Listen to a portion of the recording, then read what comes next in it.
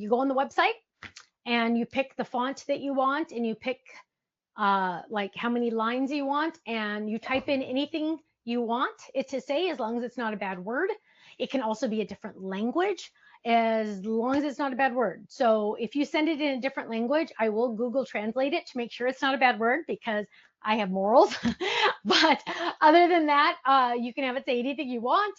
Oh, okay. You can have it say anything you want, and you're just going to fill out that form and hit buy or purchase.